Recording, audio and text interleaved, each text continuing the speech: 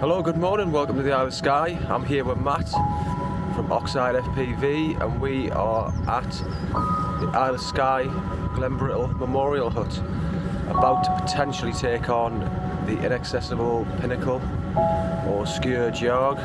I've been told by the guide that it might not be possible due to the weather, but it's looking bright this morning, whereas yesterday was horrific.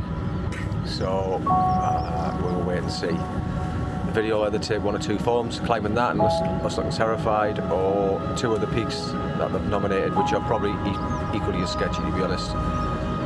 It's a bit bigger than I expected when you actually see it, because we couldn't get to see it yesterday because the visibility was really poor. Yeah, it should be fun. Down for it. Adrenaline's pumping a bit. Not nervous at all? Just a tad now, I've looked at it, but With the weather on the ridge pretty terrible for the last week of May, we headed up early to the first part of the climb to Osmo waterfall to at least try to capture some aerial footage.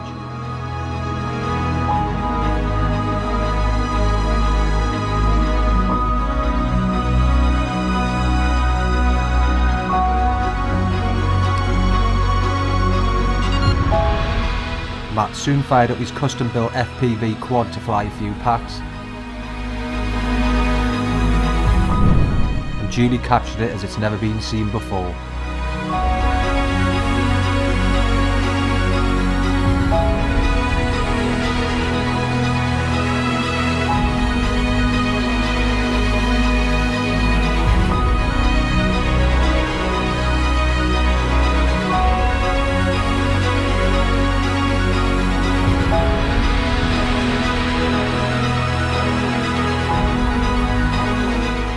Leaving the cinematic shots to me.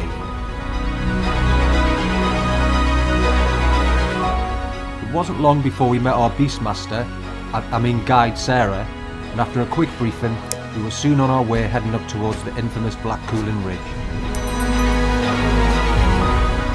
Not feeling emasculated enough from the initial gentle climb, Sarah soon asked us to don some helmets, to which we naturally responded by behaving like we were on day release,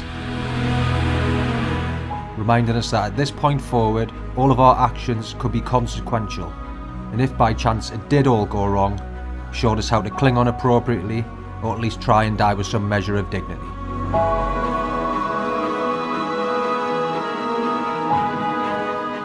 After a potential final ever selfie, we struggle on in the knowledge we'd paid for this, so in my mind at least, death was a price totally worth paying. I'm not so sure about Matt though.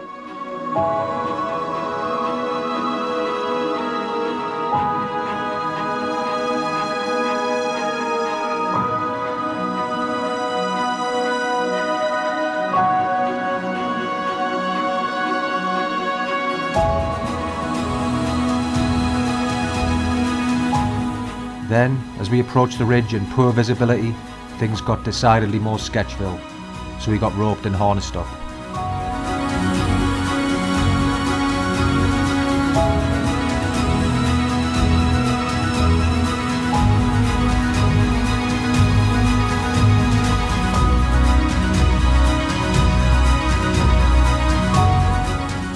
Before practicing some basic scrambling and climbing techniques on the sharp gab rope, prior to hopefully attempting the In Pinn proper.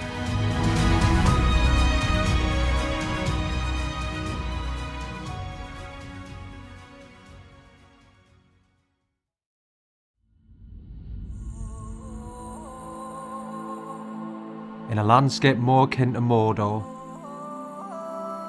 we pressed on, and then, suddenly, we were up on the ridge, and there it was.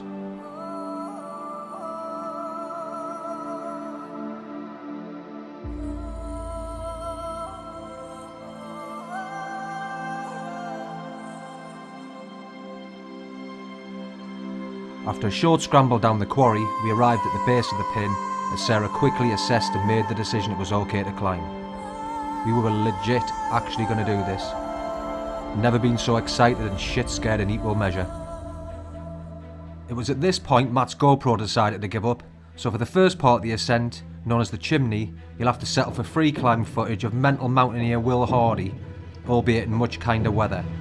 If you think I'm filming this section one-handed on wet basalt, you've got another thing coming.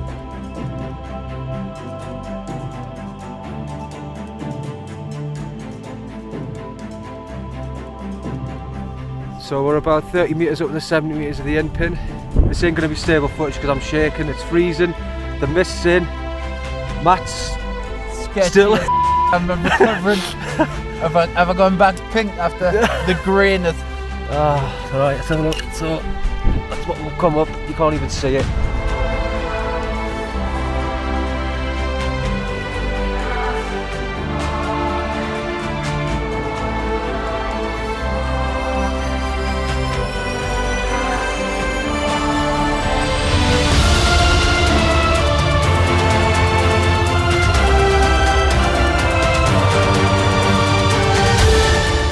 Slowly but surely we climbed ever higher until... Hold on mate, some at the In Pinn. Thank you for your assistance, Sarah. Exhilarating. Exhilarating. Terrifying. And there's no one else here, which tells you everything you need to know.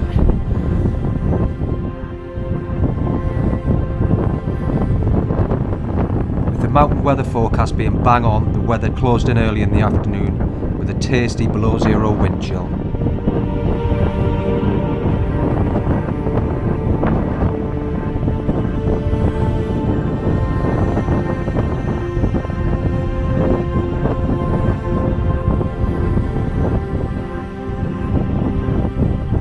After enjoying a delightful descent of the Pinn, we then prepared to return in mist and fog under Sarah's guidance.